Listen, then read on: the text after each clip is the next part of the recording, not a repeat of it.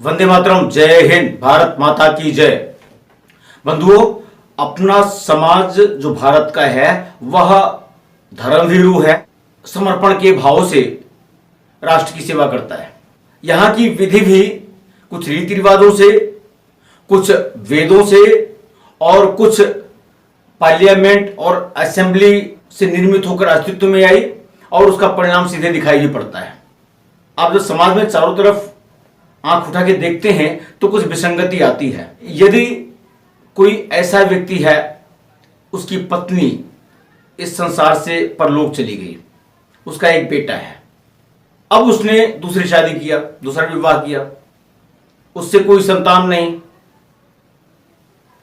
वो भी परलोक से धार गई, तीसरा विवाह किया, उससे 4 बच्चे अस्तित्व में आए।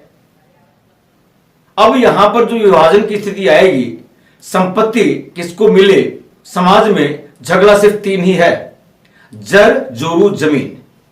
अब जमीन का बंटवारा कैसे होगा, यह अपने में दिक्कत तलब तो नहीं है, विधि यहां स्पष्ट है, परंतु जो अकेला लड़का यानी पहली पत्नी का लड़का है वो चाहता है हमको आधा मिले, वो चारों चाहते हैं नहीं हमको आधा नहीं बराबर मिले। तो यहां विधि क्या कहती है, अगर विधि की ओर ध्यान दें तो पैटर्निटी जो है उसकी पिता की है। ऐसी दशा में वह बच्चा जो पहली पत्नी से हुआ, चाहे दिव्यांग हो या शारीरिक रूप से सक्षम हो, जैसे भी स्थिति हो, उसी प्रकार से व्यवहृत होगा जैसे उसकी तीसरी पत्नी से 4-5 बच्चे हुए। यानी अगर हम सक्सेशन एक्ट की बात करें या जो लैंड लॉज हैं उनकी बात करें तो कहीं से भी विशेष स्थिति किसी को नहीं दी गई है।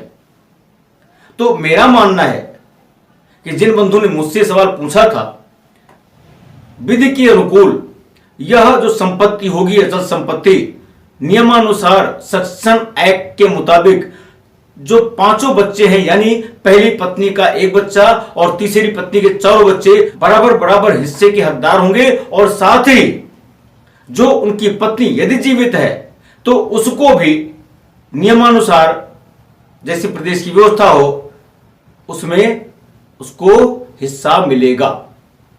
इसी के साथ आज की बात यहीं तक। अगर आपने अभी तक चैनल को सब्सक्राइब नहीं किया किन्हीं कारणों से तो कृपया सब्सक्राइब करें और अन्य लोगों तक भी इसको फैलाएं ताकि सब लोग इसके जानकार हो सकें और छोटी छोटी बातों को लेकर के न मनमुटाव हो और ना ही कोई विवाद की स्थिति आए। बहुत बहुत धन्यवाद। वंदे मातरम। जय हिंद।